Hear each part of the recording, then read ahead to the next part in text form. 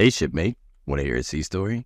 John Manley was born on the shores of Tor Bay near Devonshire, England in 1733. He had followed the way of the sea since he was a boy. As many families did at the time, they made their way to the New World. No concrete records show him settling in Marblehead, Massachusetts, though we do see as early as 1757 when he was engaged to his first wife, Miss Hannah Cheevers. There he continued in carving out a life sailing on the sea until he climbed the ranks of a merchant shipping vessel. He was the master on board that ship. The ship was called the Little Fortescue. A painting of a different ship that was similar in class and size of the Fortescue survives. The master of a ship, being another name for what we call the navigational officer on a military ship, comes from the medieval times when soldiers were put on board a ship, and the master was responsible for sailing the ship, but the commander was responsible for leading the soldiers. As time progressed, one person would be both master and commander, hence the movie. And if you want to be the master and commander of your own ship, come sail with the fleet on Patreon to commission with the Freedom Fleet. More about that in the links below. John Manley purchased a house and a lot in the North End between Love Lane and Hills Alley in 72, and once the revolution sparked into open rebellion in 1775, he felt he owed a loyalty to his host nation, who gave him the opportunity to build a home and earn a livelihood from the sea. He entered the service of the United Colonies in August 1775 with the army of General Washington. At that time, General Washington was operating against British General Gage near Boston, short on supplies for his troops to the point he told Congress, "Our situation as to ammunition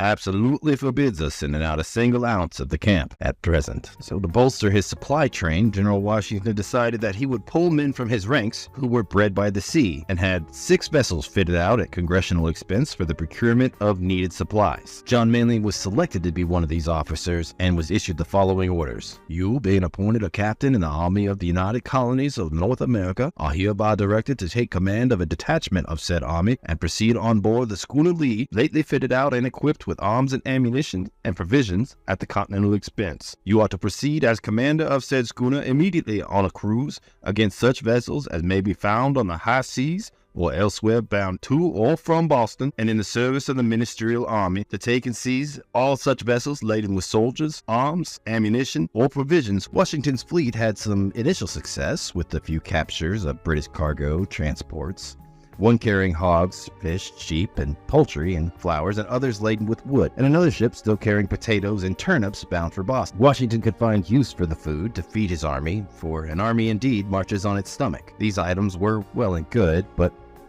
what was desperately needed were vast reserves of arms, cannon, and powder. Well, we ran out of time and beer for today's tale, shipmate.